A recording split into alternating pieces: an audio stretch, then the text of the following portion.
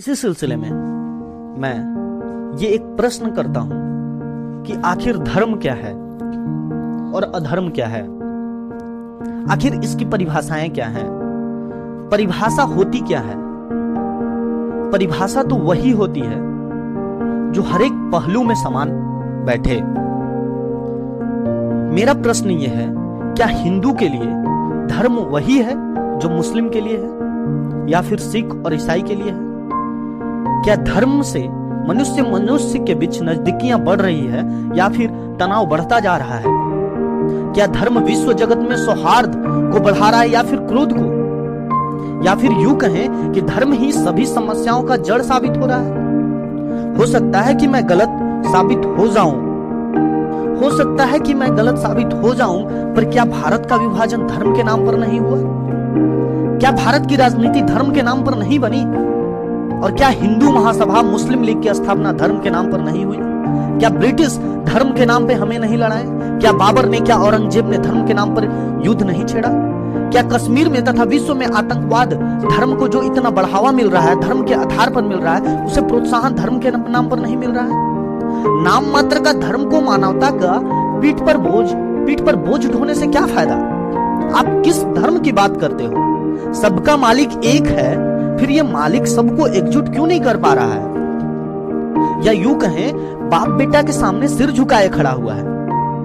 समय आ गया है धर्म के पिंजड़े से मुक्त होने का, आबादी अल्प एवं बहुसंख्यक समान होने का। कोई हिंदू नहीं, कोई मुस्लिम नहीं, क्यों कोई सिख होगा, क्यों कोई ईसाई होगा? समय की जरूरत को समझो, मारो लात इस धर्म के दीवारों पे, हिलाओ जड़ उनके आकाओं पे। उनका मकसद कामयाब होने ही क्यों दे, भाई को भाई से अलग करने ही क्यों दे? आओ मिल जाए इस कदर तुम, दिल की गांठ मजबूत बांधो तुम। तोड़ने वाले, बोलने वाले बोलते रह जाएं, इस गांठ को तलवार की धार भी न तोड़ पाए। आओ मिल जाए इस कदर तुम। याद करो 47, 61, 87 और 92 के अत्याचारों को, 2002 में हुए गुजरात हत्याकांडों को, 2013 के मुजफ्फरनगर जिले को। ये सब ऊपरी परत है, नीचे की जड़ अत्यधिक गहरी है। मुहर्रम, दशहरा, दिवाली, ईद में प्यार से ज्यादा लड़ाइयां आम बात है। मेल मिलाप तो बस किताबों की पंक्तियां हैं, लड़ाइयों का जमाना तो सरेआम देश में गुंजता है। छुआछूत किसने कहा कि खत्म हो गया है?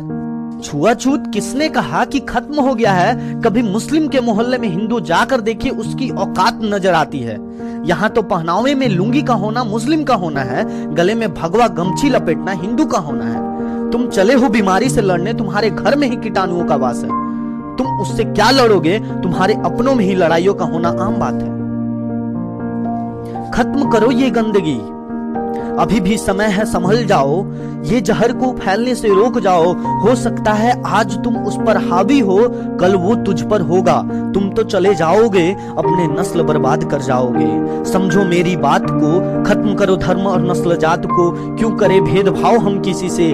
आओ मिलो तो सही, धर्म को लात मारो तो सही।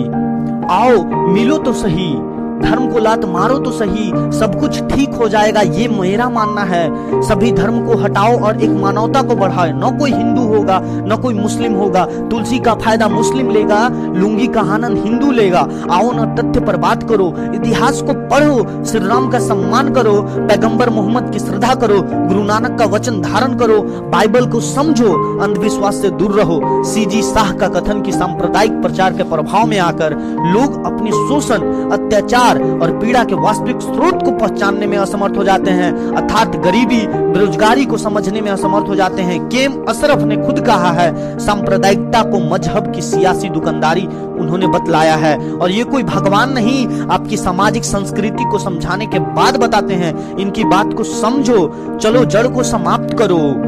ये धर्म दिमक की तरह चाट रहे हैं। भारत का दुर्भाग्य है कि यहाँ इतने धर्मों का वास है। इसमें सबको खुश रखना आसान नहीं बात है। यह तो नियति है कि ताकतवर हमेशा दुर्बल पर हावी होता है। क्यों न इस बंधन को ही हम तोड़ डालें। अचरज होगा सबको मेरी बात सुनकर, शायद आज नहीं तो कल समझोगे मेरी बात को। इन गहराती समस्याओं को तुम धर्म के नाम